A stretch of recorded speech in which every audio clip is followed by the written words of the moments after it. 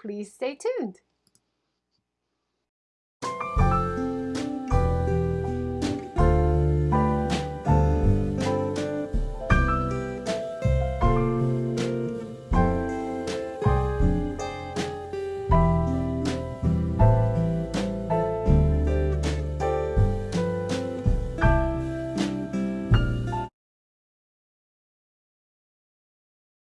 Good morning, everyone. Thank you for joining. Today in Seeking Sustainability Live number 51, we're talking with Paul Fradale. Him and his wife have renovated a beautiful old 130-year-old Japanese house. So we're going to do a deep dive into renovation and finding ways to reuse old classic buildings. Thank you for joining, Paul. No, thanks for having me. Do you want to briefly introduce yourself before we start? Sure. As you said, my name is Paul Fradale. I'm originally from New York, the U.S. My wife, Kimberly, is originally from Alaska. We met in Hawaii in 1987 and have been together since. So this makes 33 years. Since leaving the mainland, we have spent our lives split between Hawaii and Japan. Japan, 19 years in all. I am the head of campus for Aoba Japan International School, which is in Tokyo. But our KOMINKA is in Tochigi, about 90 kilometers north of the city. So although I could commute on my motorbike about an hour door to door, we keep a rental in town, which we use, and then come up on the weekends and holidays. But due to the coronavirus, we've been working from home since March. And obviously, I would never wish the conditions of the coronavirus upon anybody. I will say that looking for a bright side in everything, being able to live up here full time has been a true gift. Wow, wonderful. How long does it take you to commute from your home to Tokyo? So again, if I'm on the motorbike, it's an hour door to door from work to here or from our rental to here. And if I'm in the car, it depends on traffic, frankly. The worst I've had is an hour and a half. That's not bad. Yeah. No, it's not bad. I mean, you know, in Tokyo, everyone says if your commute is about an hour, that's a good commute, which to me is insane, but that's what it is. Yeah, a lot of people, even in Hiroshima, a lot of people will spend more than an hour on the train to get to work or school. So it's not that. That's fascinating. I lived in Fukuoka for 6 years, and it was an easy city to commute. You could go from side to side on a bicycle, even though it was a city of 1.4 million in 30, 40 minutes.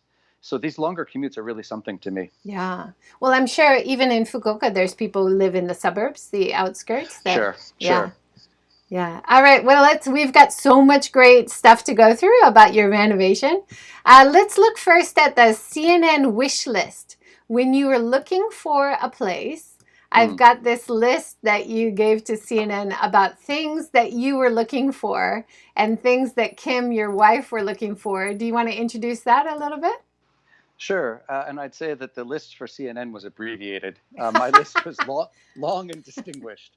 So I wanted a temple nearby so that we could hear a Buddhist temple so we could hear the bells in the evening. I wanted a river nearby so that we could go cool our feet, but not so close that we had to worry about flooding, which, of course, with last year's typhoon, definitely proved prescient. I wanted mountains nearby to go mountain biking.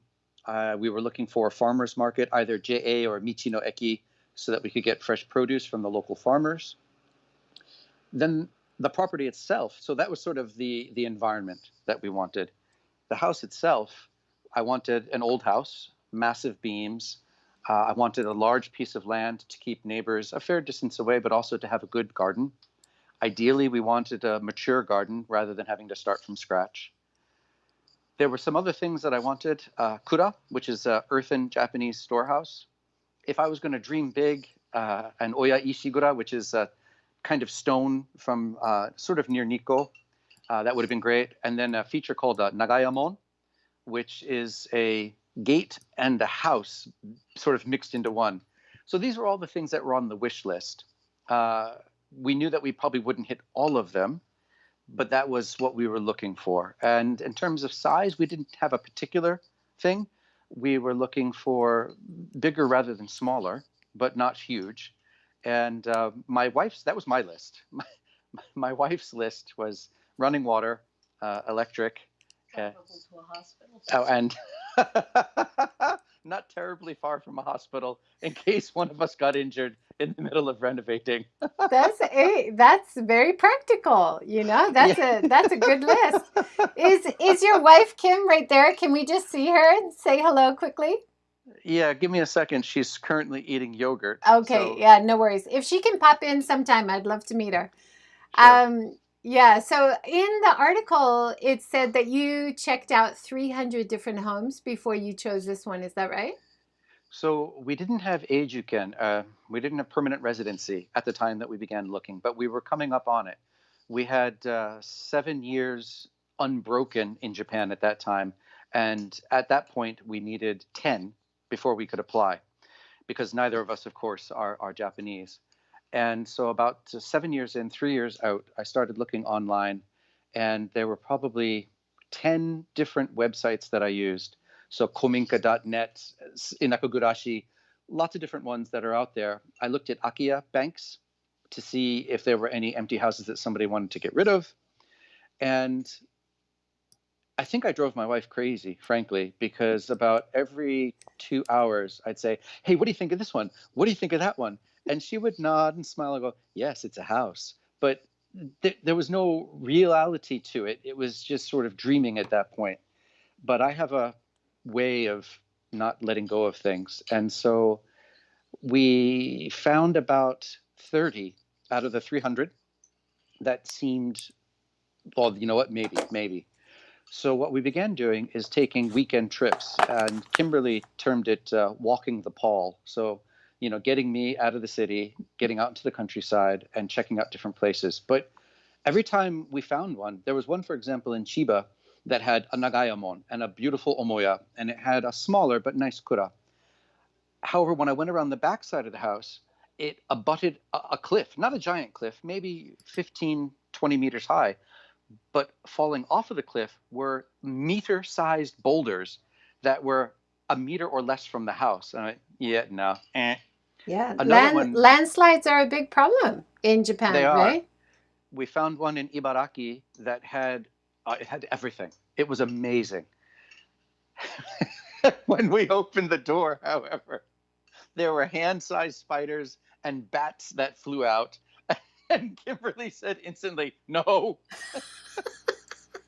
But, Uh, I mean, in addition, the roof had been stoved in, so it would have taken forever to do right. that. The one that sticks in our head was in Nagano, and it had an outhouse, but even the outhouse was out of order. I don't know how an outhouse can be out of Oh, order, well, you but need it to was. dig a new pit, right? Yeah, basically. Richard Lovell just made a comment. Proximity to hospital has long been on my list for house hunting.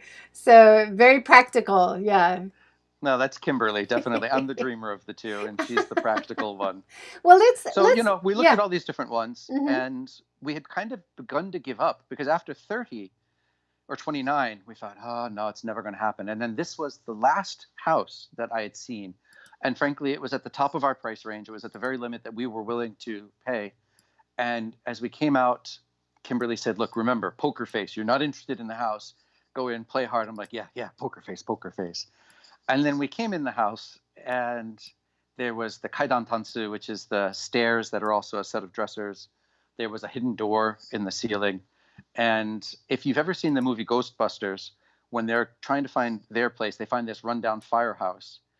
And everyone else is thinking, it's a DMZ, you don't want to live here. But Dan Aykroyd's character is, "We should buy it. We need to stay here tonight." And I think that's how I was. And Kimberly just sort of rolled her eyes, and the agent smiled. So that's how we wound up here. Yeah. I love that quote from the CNN article. Love at first sight for you, and your wife is saying, "Listen, poker face, don't look interested." But it's hard when you get invested, like you see Mm, something you've been looking for so long. But I mean, even though you paid maybe a bit more than some of the places, it sounds like you mm. still got a great bargain. Oh, absolutely. Look, I've got a colleague in Tokyo who just had a house built. He's young, and he's just starting a family. He's in, it's certainly not a fancy part of Tokyo, but I suppose it's up and coming. And the house shape reminds me of a domino, basically, very skinny, very tall. And it's 750,000 US. That's 3 times what we've paid, and it's got no land. You can reach out and touch the neighbors. It is in Tokyo, and I guess if that's what you want, but both Kimberly and I are very countryside-oriented people, so it made sense. Yeah. And it's very interesting because we bought a 50-year-old house near, not too far from Hiroshima Station, so it's Mm, convenient. We mm. ended up spending all in for land and house. We got a discount on the house because it's gomi, right? So Yep. they're like, "You're gonna keep it? We'll give you a discount." You know, it's Yeah, gomi, yeah, yeah. right? So all in, we paid maybe about 200,000 US Yeah, because, yeah, right? So which is still a bargain if you compare it to empty lots or new lots. yeah. That would be Even cheaper. we had a house in Hawaii that was far more, and we got far less for that because we have 3/4 of an acre or a You've got kihakuchibo lots or of land, yeah. sanzen hebe. Yeah, plenty of land. A mature garden that I'm looking out onto now. So, and great neighbors. We really landed in a fantastic neighborhood. Just before you called this morning, my partner in crime, who is a stone mason and a stone reseller, he mostly works with cemeteries, I guess. He drops by with his truck and he says, "Hey, listen, do you want monchu, which are the giant granite plinths that go on either side of a gate?" And I said, "What?" So a neighbor down the road was renovating their yard. They were going to use it, but realized that it was too humbug for them to do it. And so they said to him, "Oh, we heard about that Fradale fellow who and his yard. We've passed by. He just did that Ishidatami driveway. These would go really great. Why don't you just give them to him?" Oh, So he just rocked wow. up and said, do you want these?" Yeah. So these things are as tall as I am, and they're probably down near 30 centimeters square.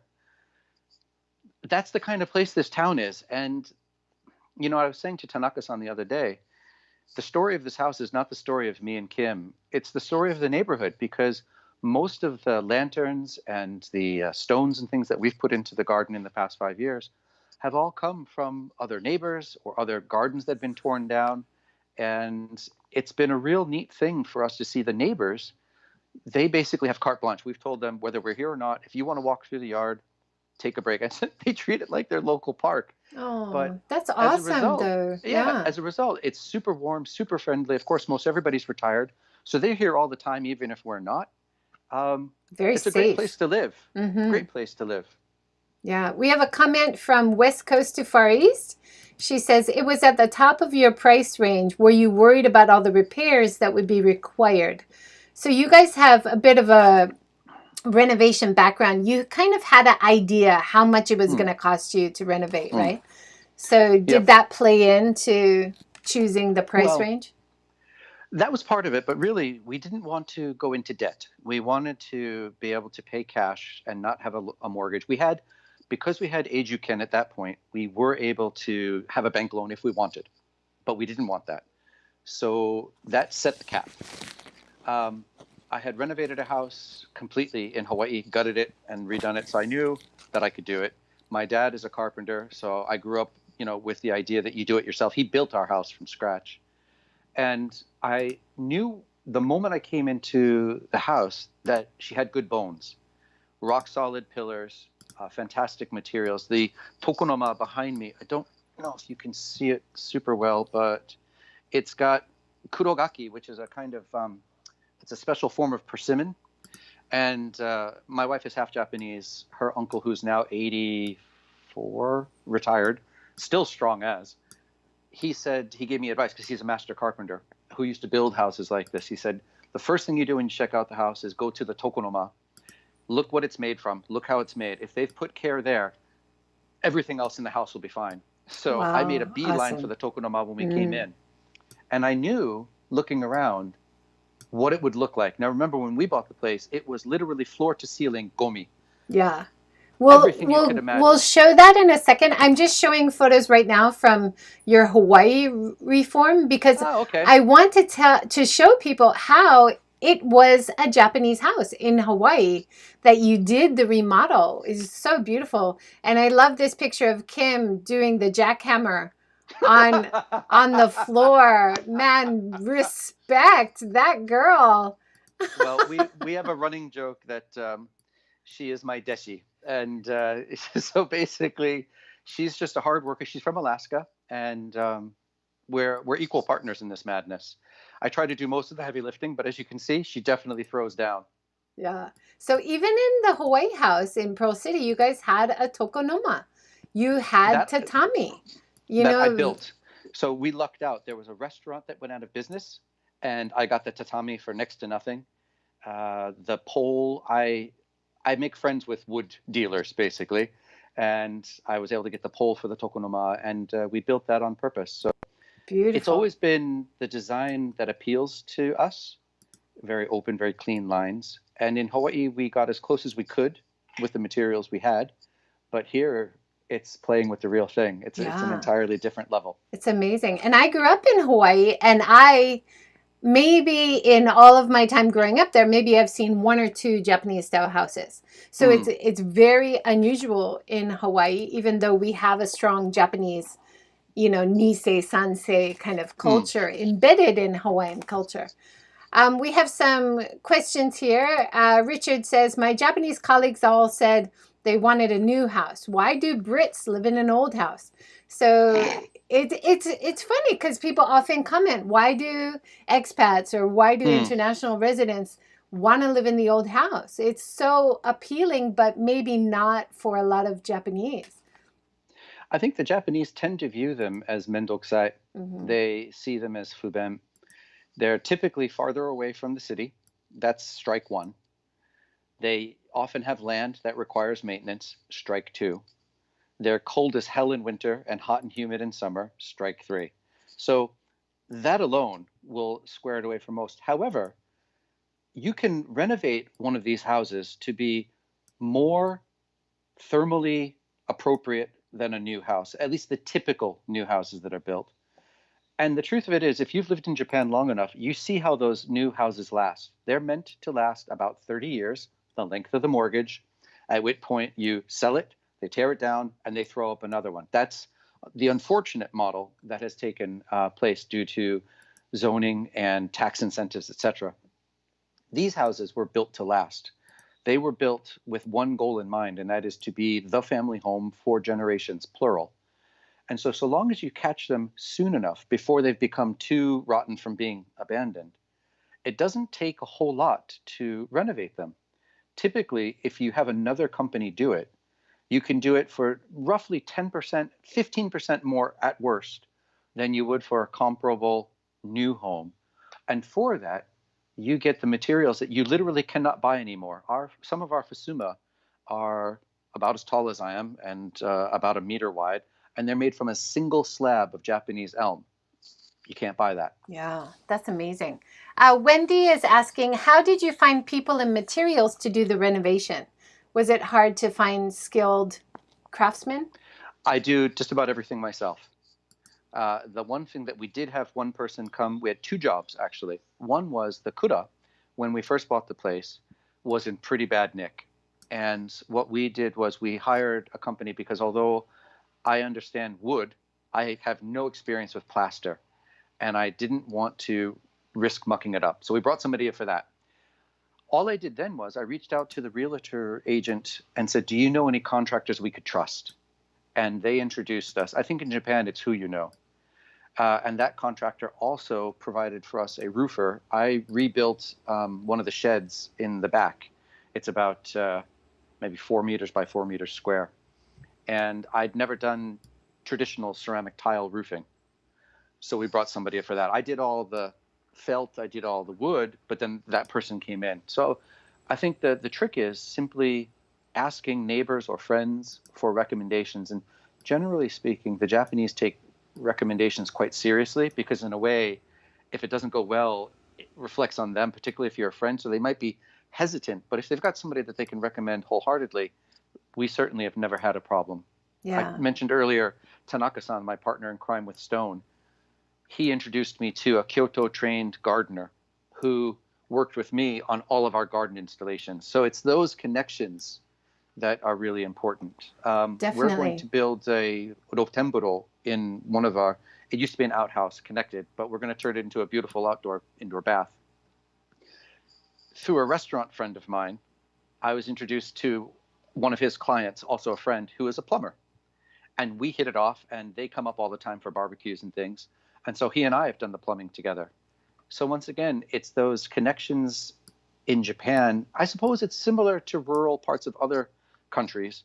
When you're in and you're accepted by the community, things kind of fall together. Yeah. And it's give and take too. I mean, they were happy that you guys kept the property and kept the garden because, like you say in the article, if you didn't buy it, a developer was going to knock it down and make loads of homes. And then the neighborhood would lose that common view. Maybe, they don't know if you'd let them use it, but they would lose the view that they grew up with or that they appreciated. So you guys have given back in that way. Plus the bamboo, you guys have given 50 bamboo shoots in 1 year. It's amazing. That was this year alone. Yeah. The bamboo, when we bought the place, it had overtaken 1/3 of the property. And it was getting into the neighbors' yards and things. So you can imagine they were not thrilled about that. So that, I think, was the first thing that got us credit with our neighbors, is they saw us come up every weekend, rain or shine, and put in 8, 10, 12-hour days just hacking away at bamboo, sometimes this thick. We've pushed it back to where it's manageable. It's a never-ending war, however. Eventually, we have 2 varieties, mosodake, which is the big, thick one, and madake, which is thinner. Madake is actually quite useful, but it's hideously invasive. Moso is much more slow growing, and I think it's a bit more picturesque. So we'll probably eliminate the madake, but keep the mosodake and set it up a bit like the famous park in Kyoto, but on a much smaller scale. Yeah, the bamboo is gorgeous, but it was inside the house as well as outside, yes. Right? And it still tries to come in the house from time to time. Remember that those roots go a meter deep and can extend as much as 20 meters from the main culm. Yeah. Wow. Yeah. Because I love bamboo, and my husband is always like, do not plant it anywhere near the house. That is not okay, Yeah. It will forever dominate your destiny. Yeah. Absolutely. All right, let's talk a little about the clutter, because the clutter was insane. So the house was built in Meiji Nijusannen, 1890, and it was built by the Ito family, who ran a light gauge rail, or narrow gauge rail, not passengers. It was ferrying quarried rock down to the river, I think, for business. They sold the house to the Hayakawas in around about 1910. And then that family lived here for 3 generations. The last member of the Hayakawa family who lived here was the seller's mother. She fell ill suddenly, left for hospital, and fully expected to come back, but never did. She didn't pass away, but she wound up staying away. For whatever reason, the family never came back, really. The refrigerator had 5-year-old mummified food in it, etc. Wow. So there were 3 generations of things in the house. Typically, as you know, in Japan, when you buy a house, the onus is on the owner to have it clean and empty. Mm-hmm. And they said to us, well, we can do that. But I could see, junk, kaki tansu, junk, ancient book of photos. And so I went, okay, you know what? We'll take it as is. We got a slight price reduction, actually, as a result, yay us. And we basically assumed responsibility for everything. We probably rented a 2-ton flatbed truck more than a dozen times, easily more than a dozen times. And then just take it to the local, garbage facility, and they took everything or did you have to separate? Oh, no, of course you have to separate. Yeah. And there are some things they won't take and other things they will, and they charge you for everything. We probably spent over 10,000 US in disposal fees, rental fees, etc. But that's still less than the deduction that we got, house. And of course, we have beautiful furniture. In fact, let me just hold on.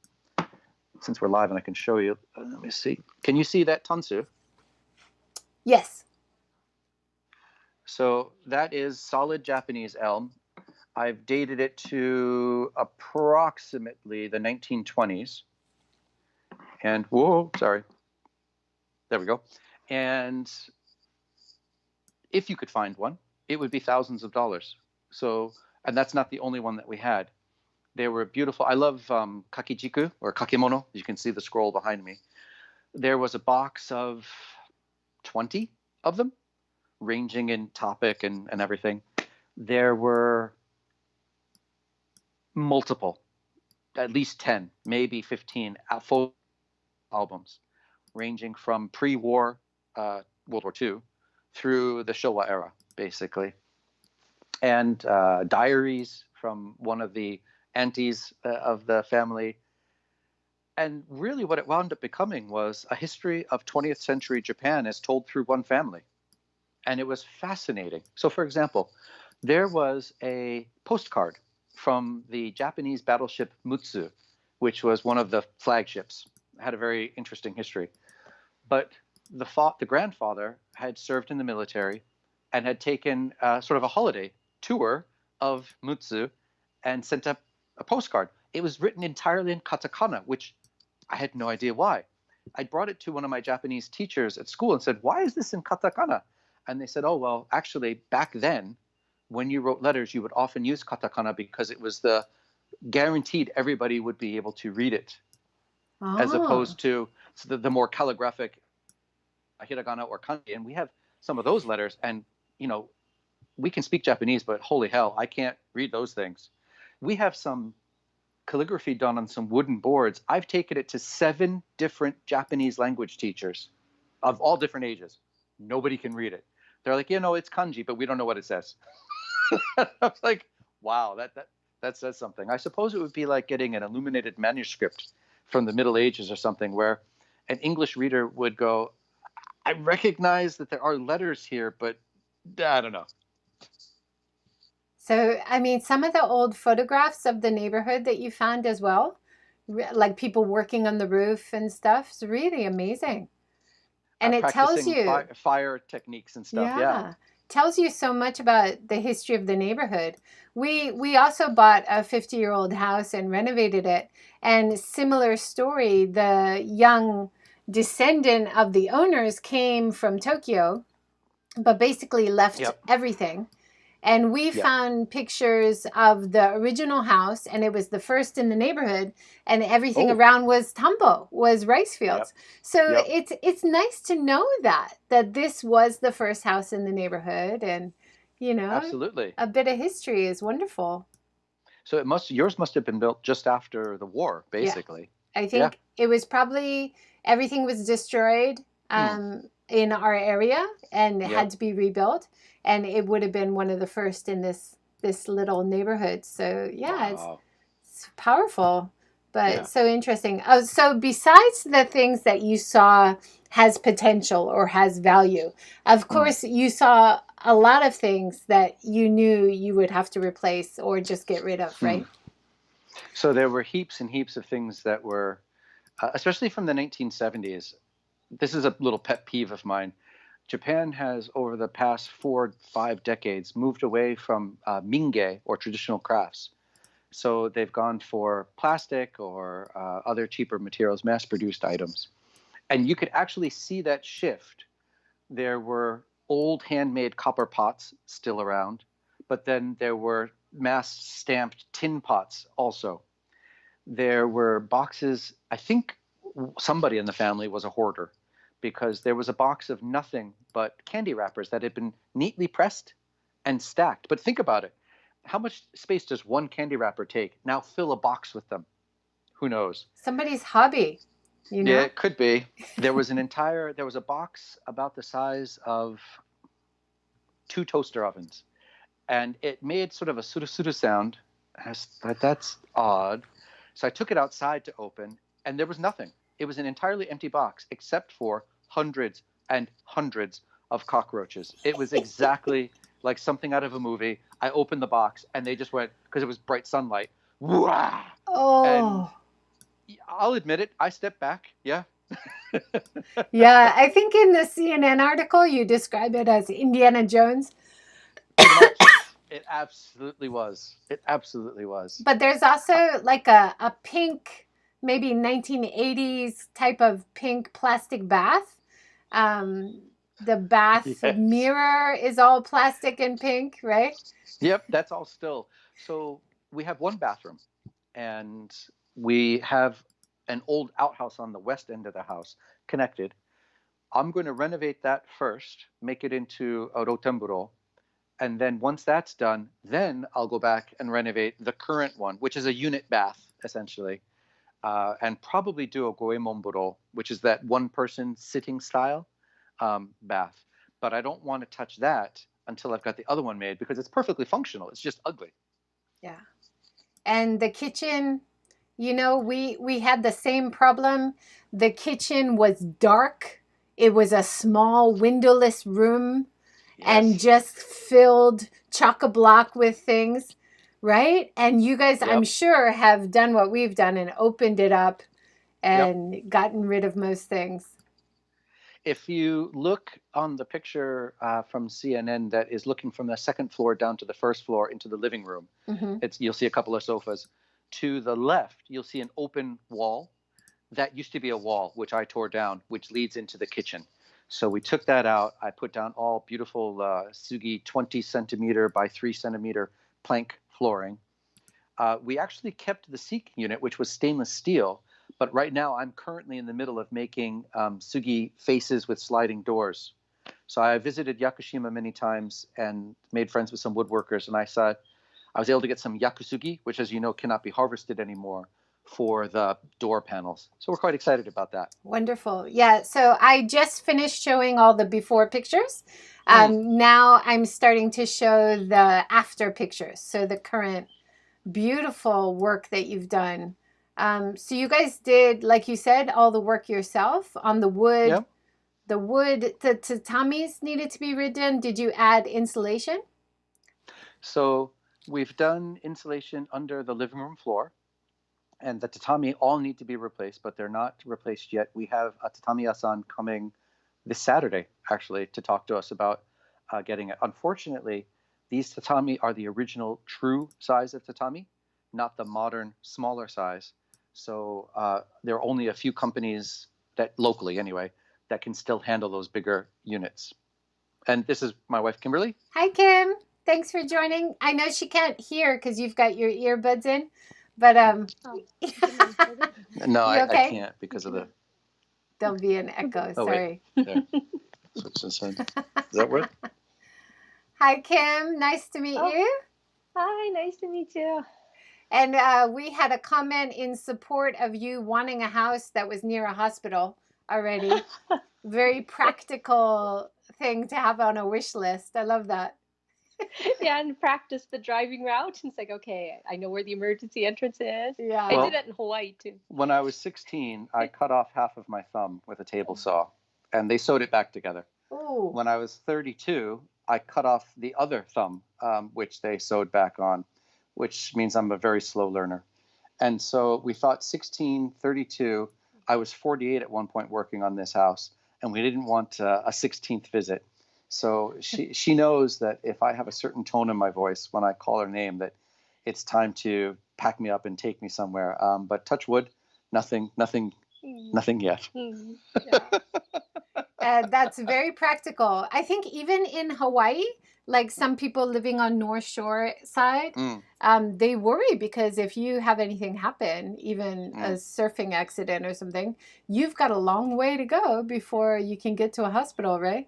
I'm JJ showing grew up in Hawaii, in Pearl City. in Pearl Ridge, yeah, right across the Oh, Pearl valley Ridge. from you guys. I'm showing a picture now of four corners, you call it. So it's your downstairs rooms all open with the sliding doors. You've done the work on the sliding doors as well, right? So we had the same fella who is going to do our tatami also did our fusuma. And what I did, not surprising, I spent about 3 years looking at all different fusuma paper and finding that you can find obviously everything from $30,000 gold leaf pieces down to 500 yen, at your local hardware store. I can show you one that's just been redone recently. Sorry. That's beautiful. So he did that, and he did a great work for us. These Fusuma are, again, real Fusuma, not the modern ones. And so they're much thicker and bigger than standard. He did great work. So Kamioka-san is going to come by Saturday, and he'll do that. So the shoji, and I think we have, 30, 40 shoji doors in this house? Must be. Oh my gosh. Did you replace all the paper yourself? She's done them all. Not all of them. This room. Okay, all except this room. Yeah. So this house was actually used as a backdrop for a movie. We forget the name of the movie. Ito-san to Oto-san is what I was told. Oh, okay. So it was just before we bought the place, actually. And the agent said, or no, one of the neighbors said to the people recording using this place, the least you could do is change out some paper for them. So they changed out the paper in one room. And other than that, Kimberly's done them all. Wow. Because I've had little kids when we moved in. And so I changed it a couple times. I'm like, I give up. There are just too many poke holes through. And then now we have cats. So it's like, do I ever have a chance to get nice shoji doors? We have 2 cats, and I don't know why we've been so lucky. You've trained them well, I guess. Yeah, I think it's just sheer dumb luck, frankly, Wow. because they could wreak havoc in this house. Yeah, I mean, the times that they've broken through the paper doors has been when we've tried to keep them out of that room. If you just give them free rein, then they're fine. Yeah. Exactly. Or if a bug happens to be flitting on the other side and they see the shadow and they're all, get it! Shadows are magic. But you've also done woodwork as some of your sliding doors. It's not just, is that just one side? It's like a rattan style wood, it looks like. Which one is that? I have a picture here. Genkan, near the Genkan. It's next to the Tansu. That is a traditional lattice door. Oh, it's beautiful. That's probably from the original build, actually. Okay, we have a question from Wendy. She says, do they do consultations? Love the approach and the results. So would you be a consultant for people renovating houses? I'm certainly... Run! I'm certainly happy to give people what little advice I can from what we've learned. I think the least that we can do to repay the kindness that the community has shown us is to help folks out who are trying to do the same thing. Nice. So if folks have questions, I'm happy to help as I can. But remember, the help is exactly what you get what you pay for. It's free, so it's all on you. I know Wendy is in Nagano, so she might have an old house she's thinking of. I have to ask before I forget. There's a few photos of you doing a Babe Ruth pose. Is it Babe Ruth, like pointing to the outfield? Yeah. What's the story? Yeah. So if you don't have a sense of humor, you should never, ever No, get you an have old house. to. Yeah. You have to. And some of the things we found are just so humorous. And other times, the absurdity of what we're doing just hits us. So that picture is me moving a 300 or 400 kilogram concrete basin. Well, there's a couple of them you've done that. Yeah, I've got one of you inside next to a broom doing it, and one outside next to the concrete basin. So this is a that theme. Concrete basin. It's a theme. Out is the theme. Out. Okay, out.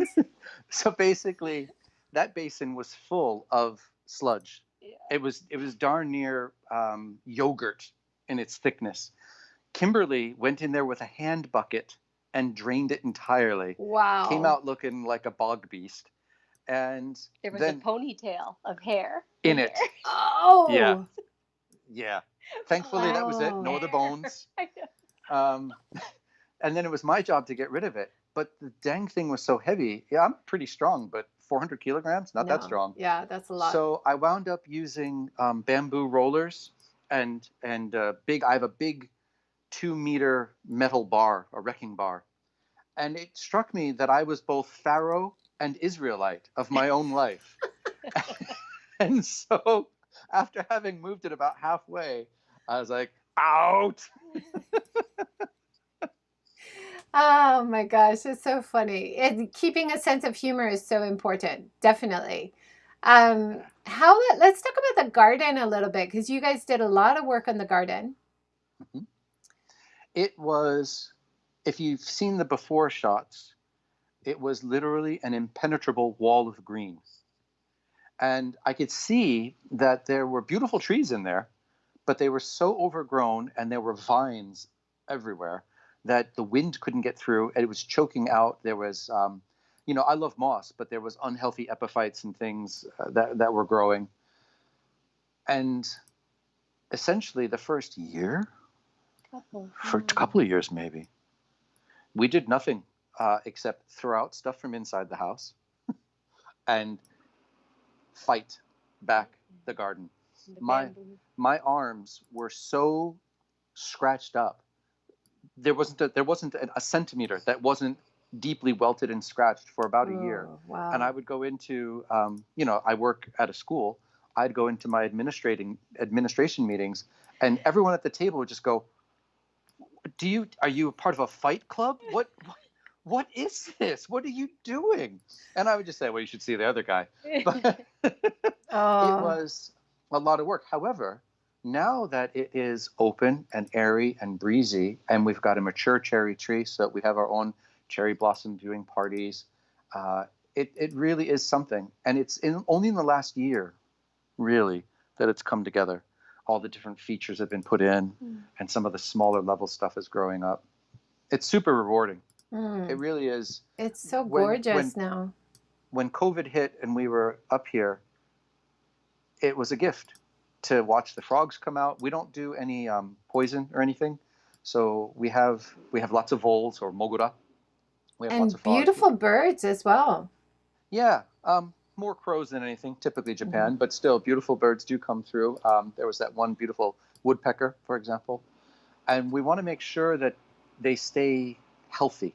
So we try to avoid any pesticides or herbicides, which is great. I mean, it sounds noble, but it's a pain in the butt, because what you don't do with chemical, you've got to do with backbreaking labor. And make no mistake about it, it's backbreaking labor. I'm glad we bought the place we were 45 when we bought it. Yeah. I wouldn't want to have taken this on at, say, 65 once we'd retired. Yeah, it's a lot of passion, but also a lot of hard work and just back-breaking labor to get it done, and a lot right? of luck. All the stones the big stones that we have in here came from, again, neighbors who, were quite old, well into retirement years, were getting rid of their gardens for one reason or another. And, in Japan, it's hard to throw away things, right? It's expensive, it's difficult, and stone is one of the most difficult. So it was win-win. I wanted them for the yard. They wanted to get rid of them. And we were able to put some money back into the local economy through the Kyoto trained gardener, etc. So I feel that sort of synergy is one of the things that marks this house as special. What is Tanaka dropping off right now? I don't know. Why is it different? And you guys had some friends who helped with some of the gardening or something? I've got a friend's barbecue view. Yep. So these guys have come from time to time, and mostly they're cheerleaders, honestly. But we've got one fellow, Toru-kun, who is a cancer researcher, and he's a great friend of ours, comes up and hangs out with me. He is happy to jump up on a roof with me and take off old tiles, or when I get literally 1 ton of gravel in 20 kilogram bags, 50 of them, he'll grab them with me and we'll offload. And then, afterwards we'll barbecue and have a beer. Nice. And you've got a forest behind you of sugi, is that right? No, we are surrounded by fields. Mm-hmm. And then I'd say half a kilometer. Would that be that hill? Maybe half a K away. We're ringed. This whole, it's a valley, but it's a broad-based valley ringed by low 200-300 meter hills, which protects us from most heavy wind and things. Quite nice. Hi. My wife is curious what Tanaka-san, the stone fellow, is up to. She's suspicious. Oh, yeah. Something else. I thought there were 2 plinths and 2 bases. I have no idea. Yeah, well, when you have generous neighbors and it's big ton stone structures, you want to make sure it's something you want, right? Yeah, absolutely. You don't want to come up and see like a granite toilet that's been carved or something like that. That's Oh, now, yeah. yeah. You've also got a stove to help with the winters. Yeah, we didn't at first. We had 4 years without it. And typically we would wake up to a house that was about 5 degrees. And we would have 5 toyu stove or kerosene stoves going. That would, after about an hour and a half, get it up to 13 degrees.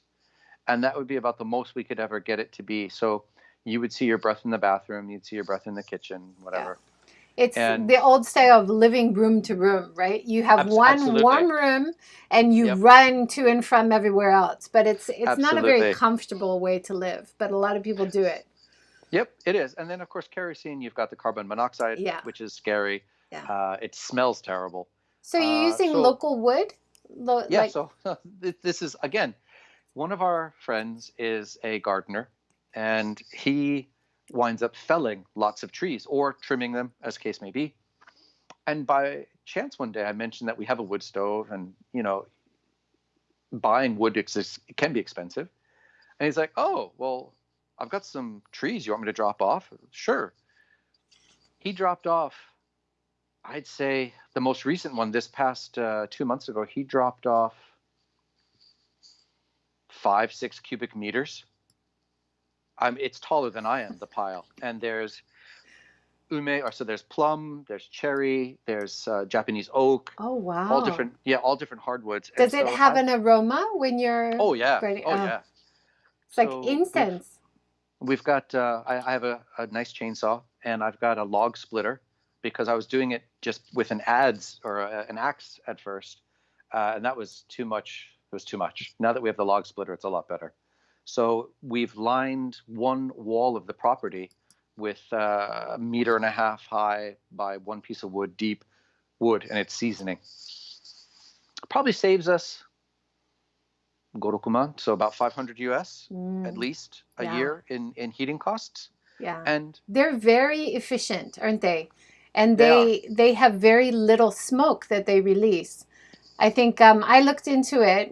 Our winters are getting shorter and shorter here, so I ended up not buying one.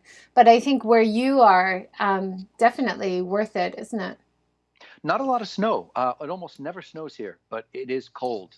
Typical -2 in the morning, and then by midday, it's up around 8-9 degrees, which is great. I tend to run hot, but at night and morning it's cold. But with the wood stove, it's really romantic and beautiful and mesmerizing to watch. It has a catalytic converter, so it puts out very little smoke. Yeah. And it feels great. It does a great job of really making the house livable. Probably one of the best things we've done. Yeah. Mary is commenting. Bags of little rocks. She says, "You have the prettiest home I've ever seen." Very nice. Oh, hold on. I'm going to get Kimberly in here. Well, that's very kind. I don't think it's the prettiest I've ever seen, but we're doing our best with it. We live in Kanazawa. I think it's one of the prettiest homes I've seen in Japan, because I appreciate the renovations so much. And I know how rare it is to see, like your upstairs engawa, the outdoor hallway upstairs is very rare to find that kind of home in Japan. And all of the opening of rooms that you've done to make the inside-outside appreciation, the minimalism, you guys have done really well keeping it decluttered. Well done. Beautiful. Well, our friends joked years and years ago that we work very hard to make it look like we don't own anything. That is the goal, man. I wish I could do that. The thing is, we lived for 3 years in Kanazawa, which is like Kyoto, a very old town. It was spared bombing during the war. And there are some old samurai buke yashiki, so houses for high-level clan retainers. And the architecture and the beauty, and the gardens as well, that really has been what has inspired me. We lived in Kanazawa in our early 20s. We were on the JET program, as so many of us are when we first come to Japan. And since then, I think I've been trying to replicate as best I can that level of care, that level of artistry in what we save. Yeah, beautiful. I'm showing a picture right now, another angle looking through your rooms in the house. And it's really stunning when you have all the doors open. And can you do that most of the year? Is it mild enough where you can enjoy? I would say from at least October. About 6 to 8 months of the year. October through January, not a problem. And then March through June. Yeah, or July. Yeah, even into July in the mornings. And so much of the year. So then we have the wood stove, and then we just recently had a very big air conditioner put in, and that will make the summer now will be truly year-round livable. Wonderful. Yeah. Let's talk about the Tansu Stairs that you fell in love with. It's such a beautiful piece. Do you want to? So it's made of keaki, so Japanese elm, and it is 1, 2, 3. It's in 3 sections that stack one on top of the other, and they're quite deep. You know, they're probably 80 centimeters, deep, the drawers and whatnot. And for those of you, if there's anybody watching from outside of Japan, kaidan tansu is literally translated into stepping stair dresser drawers. Yeah. And it was the Japanese way of maximizing useful space. You have to have a set of stairs. You also need storage. And Japanese houses typically don't have a lot of closet space. So that's why the tansu, or their dresser drawers, are so important. And this was a way of bringing the two together. And you can see people do keep them, even in modern houses, but they're often as an art piece, sort of up against a wall that doesn't actually function. So to have it in a house where it's still doing what it meant to do, and it's as strong as it ever was 130 years on, is really quite special. That's amazing. Beautiful. Wendy has another question here. I heard you say that the wood stove was one of the best things you have done. What else would be on that list? Any regrets or other words of advice? So much. We only have 6 minutes. Well, I think Kimberly's regret would be anything that I've done with stone. Would that be a fair? I mean, it does keep showing up. Yeah, it's like they replicate. No, so the wood stove was one of the best. Obviously, opening up the kitchen and making it a connected part of the living room, of redoing the living room, dropping the floor, and making it open space. In that living room also, knocking out the ceiling so you could look up to the second floor, knocking out the wall in the second floor. So it's really, if you think about carving wood or marble, you release the figure from within. We've taken a similar approach to the house, which is not to add things to it, but to try to carefully take away little pieces here and there to guide the feeling and the eye. A tenet of gardening in Japan is that you guide the eye of the viewer, and different paths open up. We've tried to do the same thing with the house, that as you sit and look in different angles, your eye is drawn one way or the other, and that helps highlight things, I think. Regrets, maybe just the bamboo, letting it. But budget kind of dictated that that's a slow fight. Yeah, we were quoted $50,000 US to get rid of the bamboo when we first moved in. What? And that was impossible. Yes. Wow, but you bought the house and property for $20,000. $200,000. Oh, $200,000. Okay, good. Yeah, so that we didn't have it, and so we've fought it back. But if we could have, magic wand, gotten rid of it, because so much time has been spent fighting that, it's time that I've not had to move other parts of the house forward. Right. I love the genkan as well. It's been, that big open space right at the front of the house, which in Japan is where the public feels comfortable coming in, kind of even unannounced, right? That's Japanese culture. They'll just open the door and poke their head in, and you're like, whoa! Yeah, my father lived in Kyushu for a long time, and he always lamented the fact that the toilet was in straight shot of the genkan. Because if ever he left the door open of the toilet, it would be the delivery time. Someone's gonna visit. Yeah. Well, look, I'll be honest. I'll come out of the shower. Sometimes I don't have a towel on. And my take is, if a retired person opens up the door and gets a wide old gander of my buttocks, so be it. That's the price they pay for opening up the door unexpectedly. It is considered part of the public realm. Like Yes, it's absolutely. a very different culture. This is not a front door. The genkan is a part of the community, right? Absolutely. Absolutely. But you have an absolutely gorgeous one, and it has that big sitting area where people could come and sit without taking off their shoes, right? That's a beautiful thing of Japanese Oh, culture. no, they have to take off their shoes. Yeah, we do. Yeah, we To still come take off the even shoes. in the stone part? Oh, okay. Yep. Since we redid the floor. Yeah. But again, I think the Japanese are quite comfortable with the idea. You know, unlike maybe you see people in the States right now complaining about masks. The Japanese are very considerate, and I think that's something that we take not for granted, but really value. And therefore, it's never been, oh, okay, boop, off they go, in we go. And, you know, from Hawaii, you know the same. Shoes are always, you take the rubber slippers off before you go in anywhere. Yeah. When I see movies or TV shows where people have their shoes on the bed, Oh, God. I'm like, are you kidding me? What's wrong?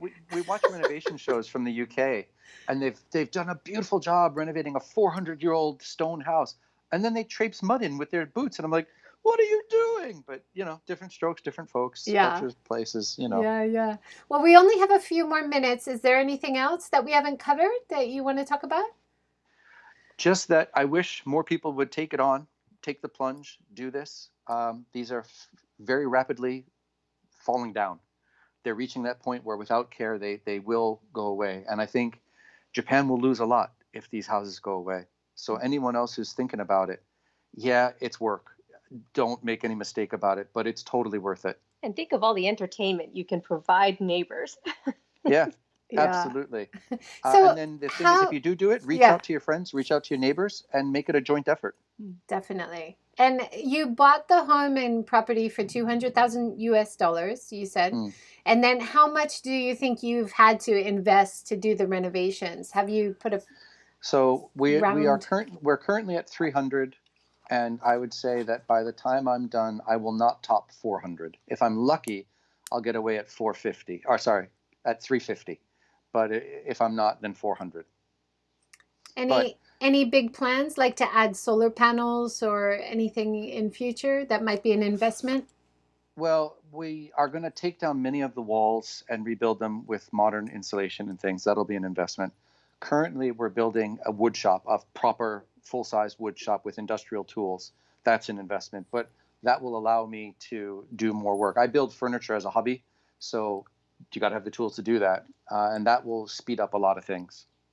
And anything, as you're getting a little bit older, anything becoming really hard to do? You have to be practical. You mean like waking up and facing the bamboo every day? Yeah, that's hard.